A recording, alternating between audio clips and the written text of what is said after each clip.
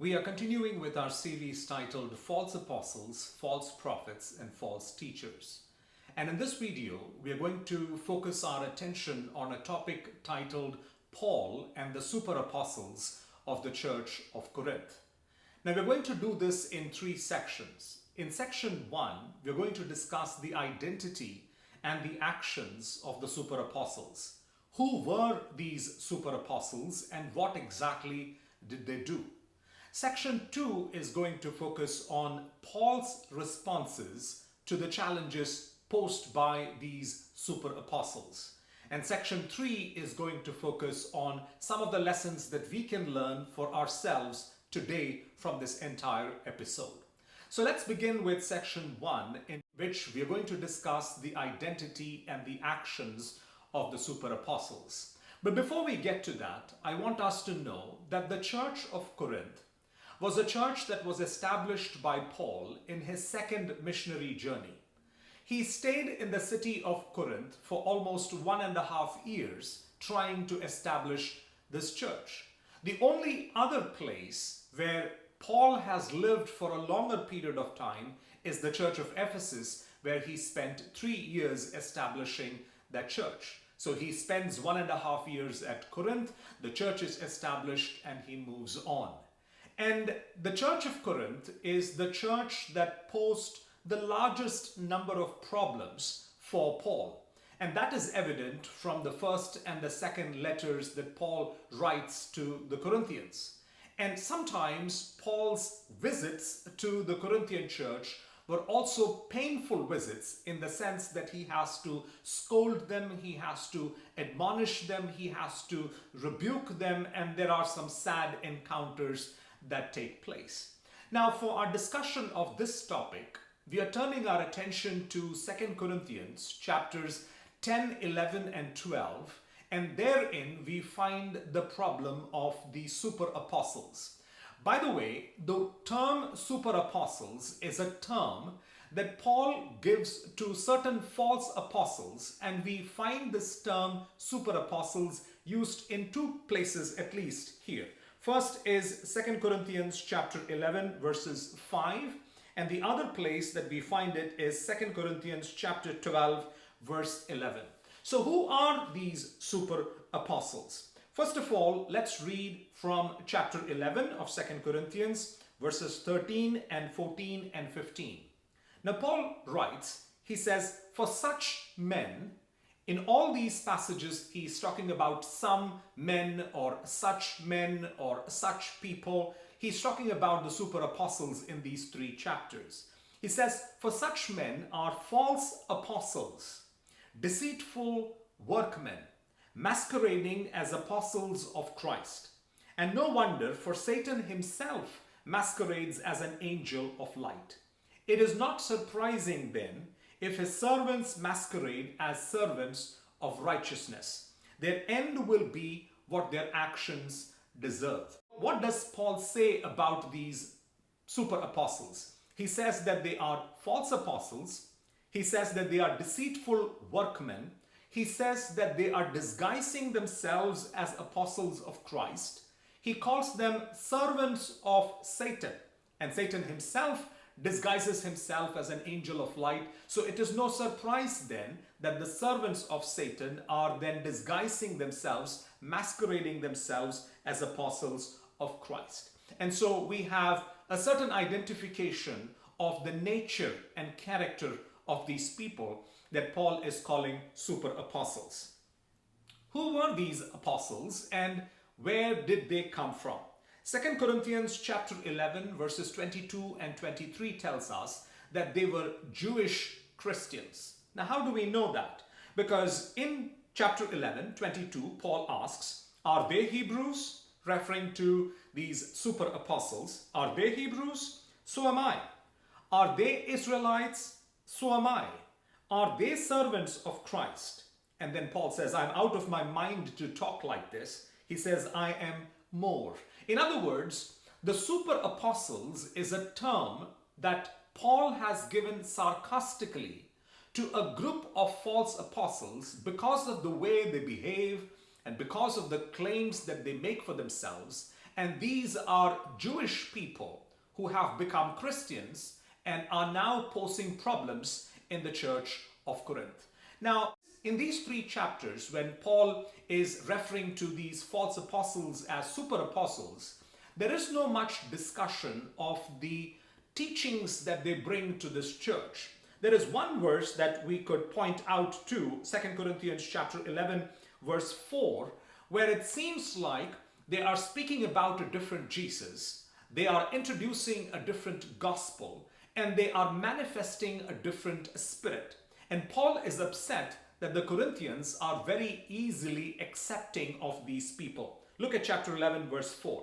For if someone comes to you, one of these false apostles comes to you, and preaches a Jesus other than the Jesus we preached, or if you receive a different spirit from the one you received, or a different gospel from the one you accepted, you put up with it easily enough.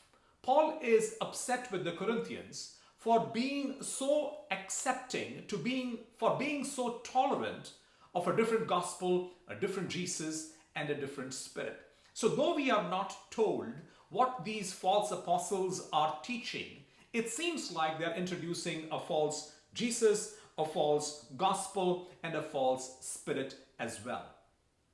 Now, what were some of the characteristics? What were some of their actions that they did at the Church of Corinth, which is causing Paul to attack them in these chapters? Number one, they were trying to discredit Paul and his authority. These false apostles, whom Paul sarcastically calls super apostles, were trying to undermine the authority of Paul. They were trying to make Paul look small in the eyes of the believers of the Church of Corinth. And they are trying to magnify themselves in the eyes of the Corinthians. Chapter 10, verse 1 tells us a hint of what they are doing. They are telling the Corinthians that Paul is timid, Paul is a fearful person when it comes to face-to-face interactions. But he is very bold when he is far away. Look at chapter 10, verse 1. Paul writes, "By the meekness and gentleness of Christ, I appeal to you, I, Paul, who am timid," he puts that in inverted commas, "when face to face with you, but bold when away." So this is one of the things that these false apostles were telling the people of the Church of Corinth, that he is very bold when he is far away from you, but he is really a timid person, a fearful person when it comes to face-to-face interactions. Why were they saying that? It is probably because of the scoldings and the admonishments that Paul gave to the Church of Corinth through his first letter, where he is talking about their sin and he's asking them to repent and to turn from their evil ways and so on. So in chapter 10, verse 10, for some say, these some are these super apostles, these false apostles, for some say his letters are weighty and forceful, but in person he is unimpressive and his speaking amounts to nothing. And these words are in quotation marks. In other words, Paul is quoting the exact words that were told about him by these false apostles. What are they saying? His letters are very weighty and forceful, but in person he is unimpressive. He is not all that charismatic. He doesn't have those leadership qualities that we would like to see in him. And his speaking amounts to nothing. In other words, his speech quality is also not of a high quality. He doesn't know how to speak. And therefore they are trying to minimize Paul, and in doing that, they are reducing the value of Paul's letter to the Corinthians. In other words, you don't have to pay much attention to the letter written by Paul to you, because he himself is a very timid person. He's a very unimpressive kind of person. His speaking amounts to nothing, and so on. In fact, they have often referred to the speaking skills of Paul. They point out the fact that Paul is not a trained speaker. And it seems like these Jewish Christians, these false apostles, among the Church of Corinth, they were trained professional speakers. Look at chapter 11, verse 5 and 6. Paul says, "But I do not think I am in the least inferior to these super apostles. I may not be a trained speaker," Paul says, "but I do have knowledge." You see, Paul has to accept the fact that he is not a trained speaker. Why does he have to say that unless these false apostles are making great claims about their own training as trained speakers, while Paul lacks that kind of a training? You know, during the first century, philosophers, orators, and teachers who spoke in marketplaces and other places that they were invited to, when they would go to speak, they would charge money for their speaking assignments. And depending on their fame and demand, they would charge more or they would charge less. So people who were in greater demand, philosophers, teachers, orators who were in greater demand, charged more money, and people who were in lesser demand charged less money. And therefore, these people made a living out of their speaking and teaching and all of those. Now, one interesting thing is that when Paul was among the Corinthians, he did not take any money from them. He did not take any money from the Corinthians because he was supplied with money from the Macedonian churches that he had just planted, especially the Philippian church repeatedly helped him. Now, these super apostles did take money from the Corinthians. Now, that's okay because Paul himself says that, a minister is worth his pay, and therefore he should be supported by the church that he is ministering in. But the problem arises when these super apostles claim that Paul is not taking money for the gospel that he is preaching among them, because Paul recognizes that he is inferior in some way and his message also does not count for much. In other words, the super apostles, the false apostles, are saying, we take money because we are trained speakers, we are established orators, and we can charge money for the way we speak. But Paul, he is an unimpressive speaker. He is not trained in speaking. And Paul knew that himself, and which is why he is not taking money from the Corinthian church. And so Paul has to defend himself in all this regard.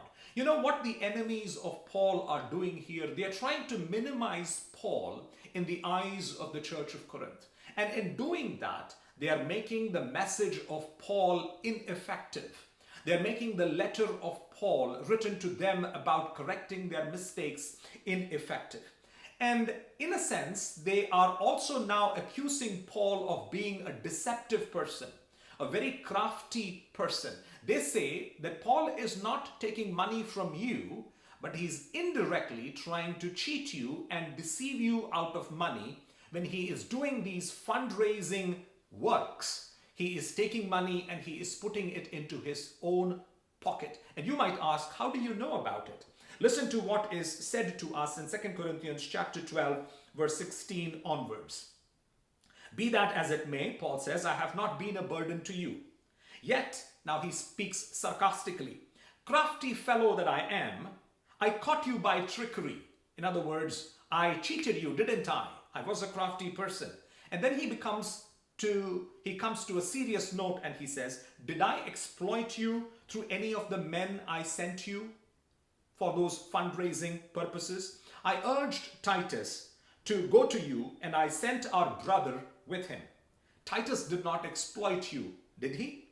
Did we not act in the same spirit and follow the same course? In other words, Paul has to defend his fundraising work among them, and he has to ask them, when I sent Timothy and another unnamed brother to you, they did not exploit you, did they? They did not force money out of you, did they? Paul is trying to have to defend himself against all these attacks of the super apostles who are trying to make him look small. In fact, they're trying to make him look like a trickster, a deceiver, a fraudulent person who is not taking money from the Corinthians, but is indirectly trying to make money for himself from the Corinthians. And so charge number one that Paul has to face from these false apostles is their many attempts to discredit Paul in many ways. Problem number two that Paul identifies with these super apostles in the Church of Corinth is the problem of boasting. In fact, the word boasting in these 3 chapters has come 8 times. These super apostles are boasting a lot among the Church of Corinth. In fact, we are told that in chapter 10, verse 12, Paul says, "We do not dare to classify or compare ourselves with some who commend themselves. When they measure themselves by themselves and compare themselves with themselves, they are not wise." Paul is saying that we do not make the mistake of classifying men of God hierarchically, saying some are better men of God, some are inferior men of God. We do not classify men of God like that. Nor do we compare ourselves with other men of God to say that we are superior or we are inferior. But these false apostles in the Church of Corinth did all of that. They classified men of God as superior men of God, inferior men of God, and all that, and they were comparing themselves with other people, and they were commending themselves. They were boasting about themselves. And when they compare themselves with themselves, Paul says that they are not wise. The New Living Translation says they use themselves as the standards of measurement. In other words, they make themselves the standards, and they are comparing every other man of God by the standard who they themselves are. Good News Translation says they judge themselves by their own standards, meaning they make the standards and then judge everyone by those standards. So these are men who were full of themselves. They have a distorted sense of the self. They are very prideful, and therefore they are boasting among the people of the Church of Corinth. Chapter 11, verse 6, when Paul has to defend himself and say that I'm not trained in speaking, it is because these people have boasted among the people of the Church of Corinth about their own training. Chapter 11, verse 12, they were trying to seek an opportunity to be considered equal with Paul and the other apostles in the things that they boast about. Chapter 11, verse 18, we read, "Since many are boasting in the way the world does, I too will boast." Paul says that these people are boasting in the way the world does. They're boasting about themselves, they're boasting about their achievements, they are boasting about their capabilities like the world would do. And Paul says, I am forced to make a defense of myself, and I will have to do some boasting myself. Chapter 11, verses 21 and 22. We read there that they are prideful of their ethnicity, they are prideful about their heritage, they are prideful about where they come from, which is why they claim that they are Hebrews, they are Abraham's descendants, they are Israelites, they are servants of Christ, and so on. And Paul, in defending himself, has to say that I am all of those. Chapter 10, verse 15, it says, "Neither do we go beyond our limits by boasting of work done by others." Paul says that we never go about boasting about works that have been done by others. You know, these false apostles are coming to the Church of Corinth and they are boasting about the work done in Corinth. But the work done in Corinth is actually done by Paul, and therefore these people have no grounds to be boasting in the Church of Corinth, which is why Paul says, "Neither do we go beyond our limits by boasting of work done by others."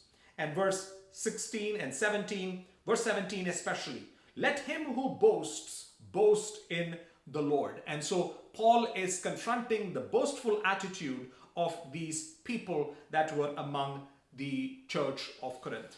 One more bad habit, one more bad characteristic of the super apostles, and then we would be done with section 1. These false apostles were very authoritarian in nature. They were very abusive in their leadership. And the way they treated the people of the Church of Corinth was not at all the way Christian leaders should treat their people. How do we know about that? 2 Corinthians chapter 11, verse 20. This is Paul speaking, and he says, In fact, he's upset with the Corinthians for doing this. You even put up with anyone who enslaves you.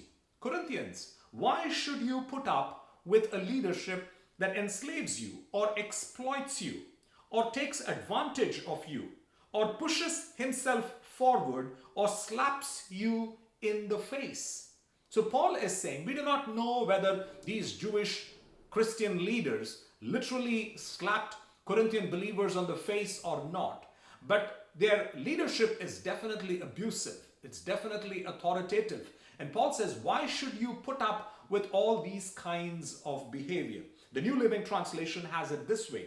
You put up with it when someone enslaves you, takes everything you have, takes advantage of you, takes control of everything, and slaps you in the face. Why should you submit to that kind of leadership? Paul is asking. The Good News Translation has this as you tolerate anyone who orders you around or takes advantage of you or traps you or looks down on you or slaps you in the face. So why should you be doing that is the question that Paul is asking the Church of Corinth. So with that, we bring to conclusion section 1, where we were discussing the identity and the actions of the super apostles and the kinds of nature and their characteristics that they were demonstrating among the people of the Church of Corinth. In section 2, Paul has to defend himself against all these attacks of these false apostles, whom Paul sarcastically calls super apostles. By now, you might have understood why he calls them super apostles, because of the way they are trying to make themselves superior to Paul and all the other apostles. So in this section, we will have to talk about how Paul responds to the personal attacks that are made against him, how Paul responds to money matters in the Church of Corinth, and Paul's response to the boastings of the super apostles. So let's first talk about how Paul responded to the personal attacks made against him. Remember in chapter 10, verse 10, and by the way, all these verses come from 2 Corinthians chapters 10, 11, and 12. So in chapter 10, verse 10, we just read that some say his letters are weighty and forceful, but in person he is unimpressive and his speaking amounts to nothing. Now this is a personal attack on Paul, and Paul has to respond to that because he is being minimized, his authority is being minimized, his message is being minimized, his letter's value is being minimized, and therefore he has to respond to that. And he says in verse 9 of chapter 10, I do not want to seem to be trying to frighten you with my letters. Paul says, I'm not trying to frighten you with my letters. Of course, I saw sin amongst you. I saw divisions. I saw sexual sins. I saw legal problems among you and all those kinds of problems. And I wanted you to correct that, which is why I wrote that letter. And so Paul says, my purpose is not to frighten you at all. It is to scold you, it is to correct you, and it is to bring you back into the ways of the Lord. And then he goes on to say that the strength that he demonstrated in the letter, he would demonstrate while he will come back amongst the Corinthians. Chapter 11. Such people, the false apostles, should realize that what we are in our letters when we are absent, we will be in our actions when we are present. In other words, he's telling the false apostles, you say that we are timid and we are not bold and we are not impressive. His letters are very weighty, but he's not going to do anything when he comes among you. But he's telling them that I would be as bold as I was in the letters when I will come among you, he says. Chapter 10, verses 1 and 2. Paul says, by the meekness and gentleness of Christ, I appeal to you. I, Paul, who am timid when face to face with you, but bold when away. He is quoting their accusation. And he says, I beg you that when I come, I may not have to be as bold as I expect to be towards some people, the false apostles, who think that we live by the standards of the world. Paul says, I hope that I don't have to be bold when I come among you, because if I see the sinful tendencies continuing, I will actually have to be bold, and I will definitely be bold against the false apostles of Jesus Christ. Chapter 12, verses 20 and 21, Paul expresses his fear about what he is going to encounter in the Church of Corinth when he visits them for the third time. He says, "For I'm afraid that when I come, I may not find you as I want you to be, and you may not find me as you want me to be. I fear that there may be quarreling, jealousy, outbursts of anger, factions, slander, gossip, arrogance, and disorder. I am afraid that when I come again, my God will humble me before you, and I will be grieved over many who have sinned earlier and have not repented of the impurity, sexual sin, and debauchery in which they have indulged." So Paul is saying that I hope I don't have to scold you when I come there. I will be bold if I need to be bold. And then he also says, it seems to me like when I'm going to come to you the third time, there will be a lot of problems, and God is going to humble me when I see all of these things among you. Another personal attack against Paul was that he was not a trained speaker. In chapter 11, verse 6, Paul defends himself and he says, "I may not be a trained speaker, but I do have knowledge. We have made this perfectly clear to you in every way." Paul is defending himself and he is saying that I'm not a trained speaker.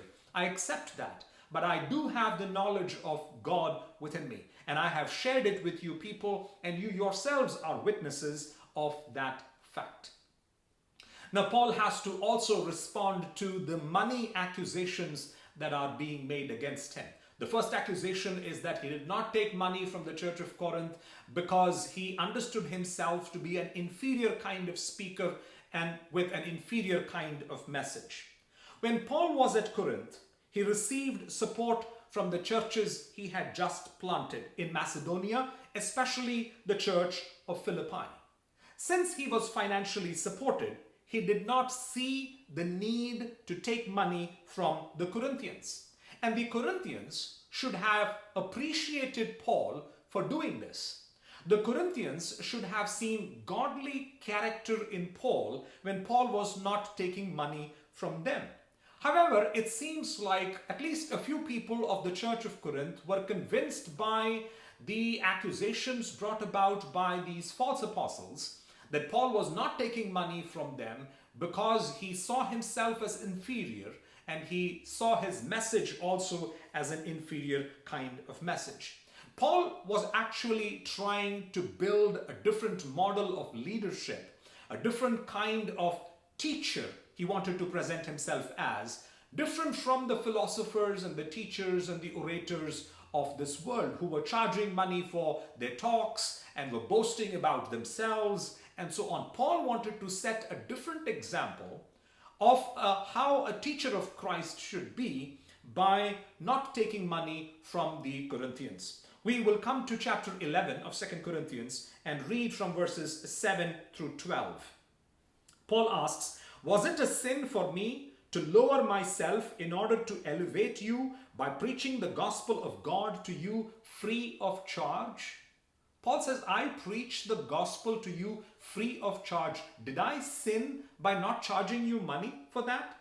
I robbed other churches by receiving support from them so as to serve you." That means I received money from the other churches so that I could serve among you. "And when I was with you and needed something, I was not a burden to anyone, for the brothers who came from Macedonia supplied what I needed." He says, when I was among you and I had any need, I never wanted to be a burden to you people. And plus, I had these brothers who came from the churches of Macedonia who were helping me financially. So the primary reason why I did not take money from you, O people of Corinth, is because I did not want to be a burden to you. He says, "I have kept myself from being a burden to you in any way and will continue to do so." Paul says it's not just financial matters. I did not want to be a burden to you in any way. And Paul says, and I'm going to continuing to do that. "As surely as the truth of Christ is in me, nobody in the regions of Achaia will stop this boasting of mine." He asks, why? Because I do not love you? God knows I do.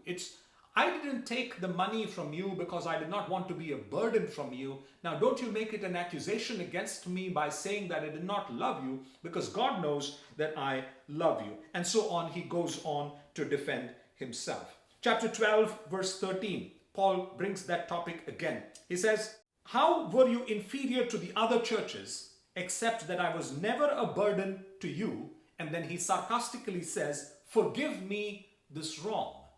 He says, I have never been a burden to you. If it was a wrong that I have done, forgive me this wrong. Verse 14 of chapter 12. Now I am ready to visit you for the third time, and I will not be a burden to you. Because what I want is not your possessions, but you. You know, Paul is saying that I'm going to come to visit you a third time, and I have decided that I will not take money from you. I do not want to be a burden for you, because what I desire for you or from you is not your possessions, but I want you to be Christ-like. He goes on to say, after all, children should not have to save up for their parents, but parents for their children. So I will very gladly spend for you everything I have and expend myself as well. Paul is seeing himself as the father and the believers of the Church of Corinth as his children. And he says, you don't have to save up for me. I have saved for myself and for you. I will spend myself for you, he says. If I love you more, will you love me less? Paul is really getting on an emotional note here. He says, if I love you more, will you love me less? And so Paul is going to defend himself against all these money charges that are being brought against him. Remember also that he was charged of being a fraudulent person, a trickster, a deceiver who is trying to take money through the fundraising efforts, which is what he addresses in verses 16 through 18. He says, be that as it may, I have not been a burden to you, yet crafty fellow that I am, I caught you by trickery. Again, note the sarcasm in his voice. But then on a serious note, did I exploit you through any of the men I sent you? Did they exploit you? Did I exploit you? I urged Titus to go to you, and I sent our brother with him. Titus did not exploit you, did he? Did we not act in the same spirit and follow the same course?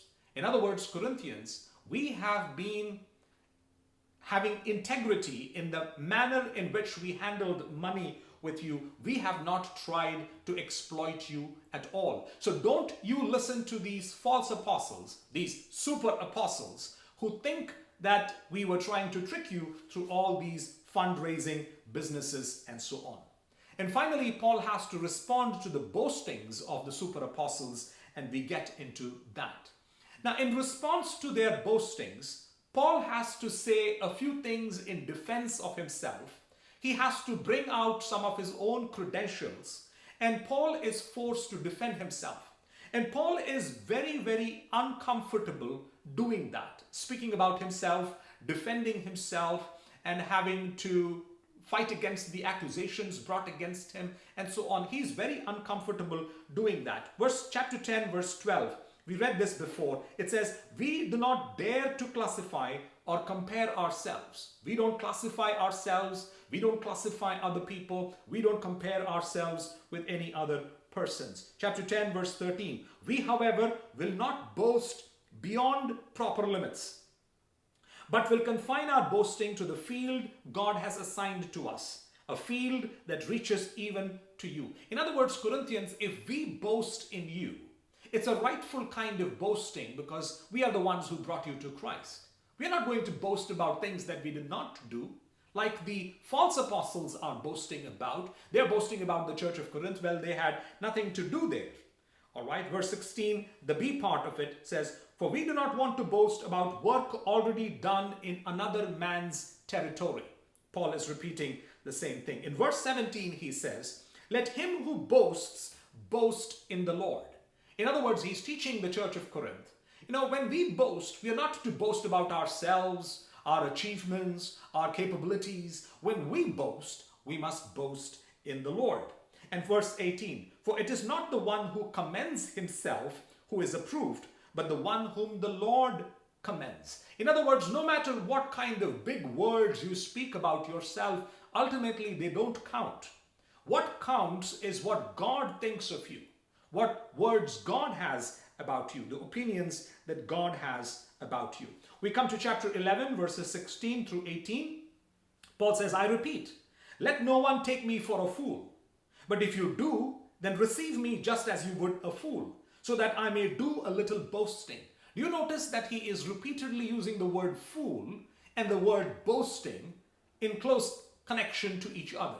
Because it is a fool who is always boasting about himself. Verse 17, in this self-confident boasting, I'm not talking as the Lord would, but as a fool. In verse 17, Paul is saying that when I have to defend myself, and I have to say a few things about myself, and I have to boast about myself, I'm talking like a fool. I am not talking like the Lord would have me talk. Verse 18, since many are boasting in the way the world does, I too will boast. So Paul says, I have to do this because I am being forced to do this. Now, all of these expresses Paul's discomfort in having to defend himself.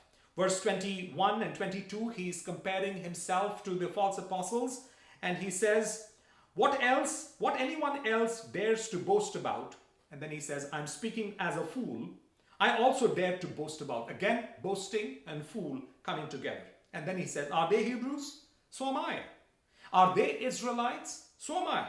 Are they Abraham's descendants? So am I. Are they servants of Christ? And then he says, I'm out of my mind to talk like this. And then he says, I am more a servant of Christ than they are. See how uncomfortable he is talking about these things. But then he goes on to describe the struggles that he has had as a minister of Christ in verse 23, the second part onwards. He says, I have worked much harder, been in prison more frequently, been flogged more severely, and been exposed to death again and again. Now, Paul is indirectly asking, which of these false apostles have gone through any of these painful struggles that I have gone through? They are looking for name, fame, comfort, glory, and so on. They are not ready to struggle for Christ. He says in verse 24, 5 times I received from the Jews the 40 lashes minus 1. 3 times I was beaten with rods. Once I was stoned. 3 times I was shipwrecked. I spent a night and a day in the open sea. I have been constantly on the move. I have been in danger from the rivers, in danger from bandits, in danger from my own countrymen, in danger from Gentiles, in danger in the city, in danger in the country, in danger at sea, and in danger from false brothers. I have labored and toiled and have often gone without sleep. I have known hunger and thirst, and I have gone without food. I have been cold and naked. Besides everything else, I face the daily pressure of my concern for all the churches. So Paul feels a lot of pressure and concern for the churches that he has planted. Who is weak and I do not feel weak? Who is led into sin and I do not inwardly burn? And then Paul in verse 30 says, if I must boast, I will boast of the things that show my weakness. So Paul is saying, as a servant of Christ, I'm not going to boast about the things that I have done. If I want to boast, I will boast about my weaknesses, the struggles and the pains that I have gone through. And why does he say that? Because when we come to chapter 12, verse 9 onwards, he says, therefore I will boast all the more gladly about my weaknesses, so that Christ's power may rest on me.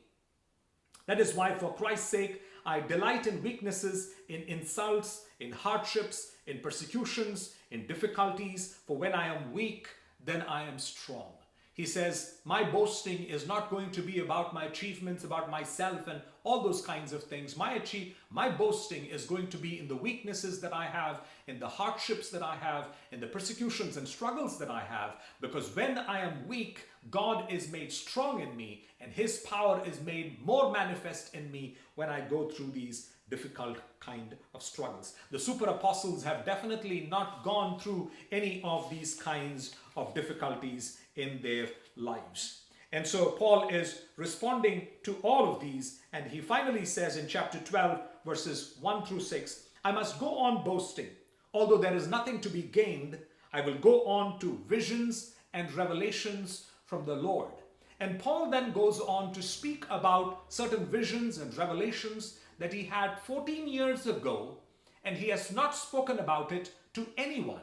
If the false apostles had any of these visions or revelations, they would have been jumping up and down, they would have been boasting about it, they would have been telling about it to everyone, but not Paul. Listen to what he says. I know a man in Christ who 14 years ago was caught up in the third heaven. He does not even say that I am the man who has had this experience. Whether it was in the body or out of the body, I do not know. God knows. And I know that this man, whether in the body or apart from the body, I do not know, but God knows, was caught up to paradise.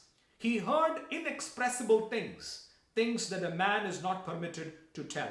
I will boast about a man like that, but I will not boast about myself except my weaknesses. Even if I choose to boast, I would not be a fool because I would be speaking the truth. But I refrain so no one will think more of me than is warranted by what I do or say. In other words, Paul is saying that I have had all these experiences, I could have boasted about them, but I did not. And he also points out the fact that God does not want him to boast about these things. He says, to keep me from becoming conceited, because of these surpassingly great revelations, there was given me a thorn in my flesh, a messenger of Satan to torment me. 3 times I pleaded with the Lord to take it away from me. But he said to me, my grace is sufficient for you, and my power is made perfect in weakness. In other words, God deliberately did not answer the prayer that Paul was making, which was that the thorn in his flesh be taken away. And Paul says that I understand that it is kept inside my body. That pain, that struggle, that sickness, that whatever it was kept in me so that I would be kept from being conceited, in being deceived into thinking that I am someone super great. I am a super apostle. God did not want me to boast about these surpassingly great revelations, which is the reason why God has allowed that thorn in the flesh to be in me in order to keep me humble. In other words, Corinthians, boasting is something that God does not like. And therefore, you and I are also not to boast. And these super apostles are not demonstrating godlike character when they are doing this boasting. We finish with section 2 and we enter into section 3. Quickly, what are some lessons for us today?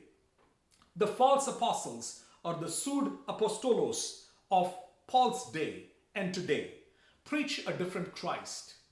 They have a different gospel and they promote a different kind of spirit. That's point number 1 that we learn from this episode. Point number 2, false apostles are usually full of themselves. They are proud, they're boasting, they're promoting themselves, they're unashamedly talking about themselves. They take credit for what they have not done. They compare themselves with others. They are classifying men of God into different strata and so on. Number 3, false apostles are greedy. They live by the standards of this world.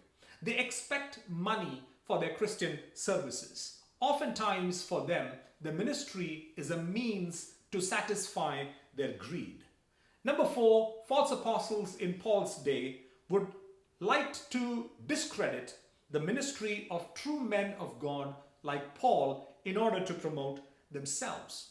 Number 5, false apostles are authoritarian and abusive in their relationships. They trample upon people and they don't care about what happens to people. Number 6, these super apostles are false apostles, deceitful workmen, masquerading as or disguising themselves as the apostles of Christ while they're actually servants of Christ. Why is Paul taking 3 chapters to discuss the problem of super apostles with the Corinthians and with us?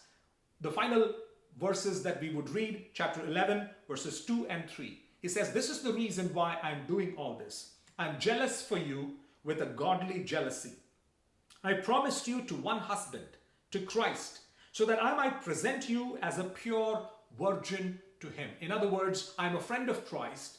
I've promised you as a pure virgin to him, and I want to keep that purity in you. Verse 3, but I'm afraid that just as Eve was deceived by the serpent's cunning, your minds may somehow be led astray from your sincere and pure devotion to Christ. Paul says, I'm afraid that these false apostles may deceive you, just like the serpent deceived Eve, and you may move away from that pure and sincere devotion to Christ, which is what I don't want to happen.